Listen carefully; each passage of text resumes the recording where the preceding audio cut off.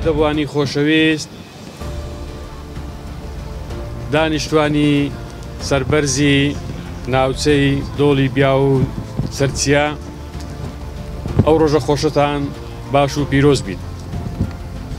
بەڕێزان، برای بەڕێزم دکتۆر ڕێبوار باسی لە گرنگی ئەنجامدانی ئەو جۆرە چالاکیانە کرد، هەم لە ڕووی کەلتوریەوە، هەم لە ڕووی هونەریەوە، هەم لە ڕووی نەتەوەییەوە بە وردی باسی لەوە کرد، بۆیە من ناسمەنەوە و تەفاسیلەوە. بەڵام دەمەوێ بەوە دەست پێ بکەم کە زۆر سوپاسی میوانداریتان بکەم کە ئێمەتان بانگێشت کردووە بۆ ئەوەی ئەمڕۆکە لەگەڵ ئێوە بەشداری تقریباً دەتوانم بڵێم یەکێک لەو چالاکیانێک کە ئێمە لە مانجی ئادار دەستی پێ دەکەین لێرەوە دەست پێکراوە بە سەرپەرشتی قوتابخانەکانی ئەم دەڤەرە و بەڕێوەبەرایەتی پەروەردەی سۆران و یەکێتی قوتابیانی لقی سۆران ئەنجام دراوە و ڕێکخستراوە. جارێککە سوپاسی بانگهێشت و میوانداریتان دەکەین. قوتابیانی خۆشەویست، مامۆستایانی ئازیز، وە دەمەوێ بە ناوی سەرۆکی حکوومەتی هەرێمی کوردستان ڕێزدار کاک مەسرور بارزانی سوپاسی یەکەیەکەی مامۆستایانی ئەو دەڤەرە، یەکەیەکەی مامۆستایانی سنووری بەڕێوەبەرایەتی گشتی پەروەردەی سۆران بکەم کە زۆر چاونەترسانە بەرامبەر هەموو ئەو پیلانانە وەستانەوە کە لە ڕابردوو لە ئێستاشدا بەنسبەت ئێمە هیچ شتێکی نوێ نەبووە، هەوڵیان داوە کە پەک بە پرۆسەی خوێندن بێخن. جارێکی دیکە وەکو ساڵانی 90 مامۆستایانی ئەو دەڤەرە دوو پاتیان کردەوە بۆ دوژمنان کە هەرگیسا و هەرگیز ئەو پلانانەیان سەرناگرێتن، چونکە دوژمنان زۆر باش دەزانن بە کاریگەری نێرێنی لەسەر پرۆسەی خوێندن دەتوانن زەفەرێکی گەورە بە نەتەوەکەمان بگەێنن. بۆیە من جارێکیکە دەستخۆشی لە ئێوەی خۆشەویست دەکەم و سوپاستان دەکەین کە هەڵوێستێکی نەمەردارەتان هەبووە بۆ بەردەوامی پرۆسەی خوێندن. ئەوەی کە مامۆستا حەسەنیش باسی کرد، مانجی ئازار بەنسبەت ئەمە خۆشی و ناخۆشیێکی زۆری تێدایە. ئێمەی کورد هەوڵ دەدەین ئەو ناخۆشیانە و هۆکارەکانی ئەو ناخۆشیانە کە لە ڕابردوو تووشی ئێمە و مەینەتەکانی ئێمە بووە هەوڵ بدەین بە گەنجان و نەوەی ئێستامان ئاشنا بکەین بۆ ئەوەی بزانن کە پلانەکانی دوژمن هەمووی وەکو یەک وایە کە هەم لە ڕابردووە هەم ئەوەی لە ئێستاش هەوڵ دەدرێتن هەمان ئەو پلانانەی پێشتری بووە، چۆن باب و باپیرانمان بەرەنگاری ئەو پلانانە بووینەوە بە هەمان شێوەش هەوڵ بدەین قوتابیانی ئێستامان و نەوەی ئێستامان بە هەمان شێوە بەرەنگاری ئەو پلانانەی دوژمن ببنەوە.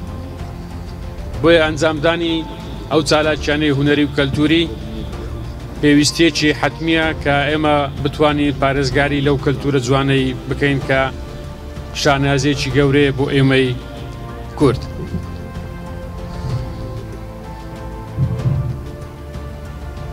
بەڕێزان، هەر بە کورتی ئەو ناوچەیە کە خۆمان باوەڕمان بە سەردانە مەیدانیەکان هەبووە، پێشتریش 2-3 سەردانی مەیدانی ئەو ناوچەیەمان کردووە، سەردانی گوندەکانمان کردووە بۆ ئەوەی لە نزیکەوە ئاگاداری کێشە و گرفتەکانیان بین.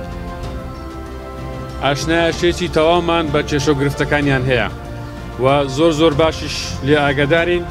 هەوڵەکانی حکوومەتی هەرێمی کوردستان و کابینەی نوێمی حکوومەتی هەرێمی کوردستان بۆ گەیاندنی پرۆژە خزمەتگوزاریەکان بۆ تەواوی هەرێمی کوردستان و بەتایبەتی ئیدارەی سەربەخۆی سۆران بەرچاو بووە و گرنگیدانی خودی جەنابیشان بۆ ئەم دەڤەرە بەرچاو بووە.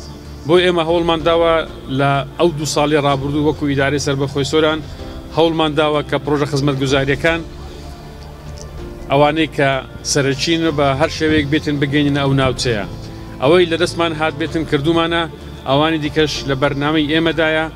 من لەگەڵ دەڤەری هاوڵاتیان و دانیشتوانی ئەو دەڤەرە چەندین دانیشتن و گفتوگۆمان کردووە و زەبر و تەحملێکی زۆریشان لەگەڵ ئێمە هەبووە بۆ ئەوەی لە ئایندەیەکی نزیک ئەو پرۆژە خزمەتگوزاریانە بە تایبەتی کێشەی ئاو کە یەکێکە لە کێشە سەرەکیەکانی ئەم دەڤەرە ئێستا لە بەرنامەی ئێمەدایە کێشەی ئاو لە بنەڕەتەوە چارەسەر بکەین ئەو پرۆژێکە لە بەردەستی ئێمەدایە ئینشەڵڵا لە ئایندەیەکی نزیک تا دەستە بواری جێبەجێکردن.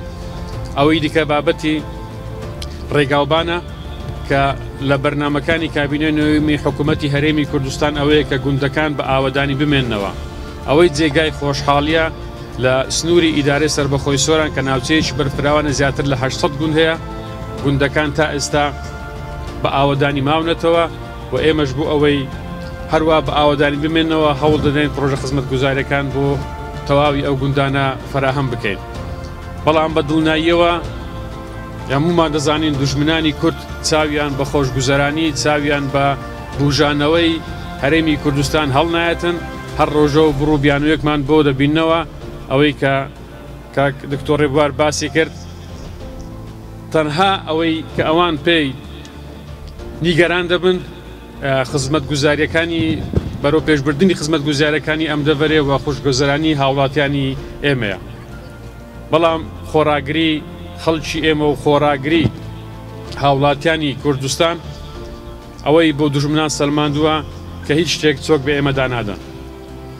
بۆیەوە لێرەوە بەڵێنی ئەوەتان پێدەدەین کە ئەوەی لە تواناماندا بێتن بەگەیاندنی ئەو خزمەتگوزاریانە بۆ ئەو دەڤەرە درێغی ناکەین چونکە ئێوە شایستەی هەموو خزمەتگوزاریەکەن. جارێکی دیکە دەستخۆشی لە ڕێکخەرانی ئەو چالاکی و ئەو فیستیڤاڵە دەکەم، دەستخۆشی لەو گەنجولاوە جوانانە دەکەم کە ئەمڕۆکە ئەم چالاکیە جوانیان ڕێکی خستیا و ئێمەشان بانگێش کردیا. ئینشەڵڵا ڕۆژێکی خۆش بەیەکەوە بەسەر دەبین و لەو مانگە هەوڵ دەدەین ئەو چالاکیانە لە تەواوی سنووری ئیدارەی سەربەخۆی سۆران بەردەوامیان هەبێتن بۆ ئەوەی زیاتر نەوەی نوێمان بەو کەلتورە و هونەرە جوانی کە هەیتمان ئاشنا بکەین. جارێکی کە زۆر زۆر سوپاسی ئامادەبوونتان دەکەین و ئینشەڵڵا کوردستانیشمان هەراوەدان دەبێت. زۆر سوپاس.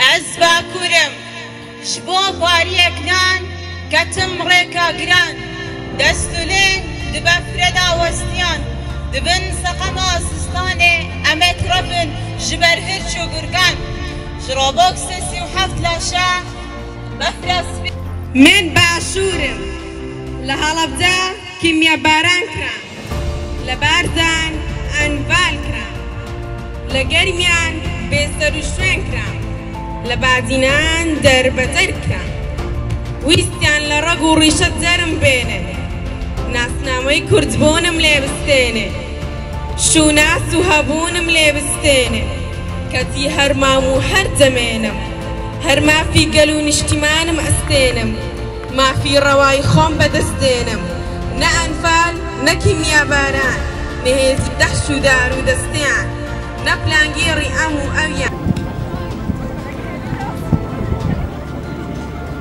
پێش ئەوەی بێمە دەر لە ماڵ کۆرپە بچووکەکەم ئەم گۆرانی گوتم مەڕ مەڕ بابە مەڕ بۆ جێمان دێنێت.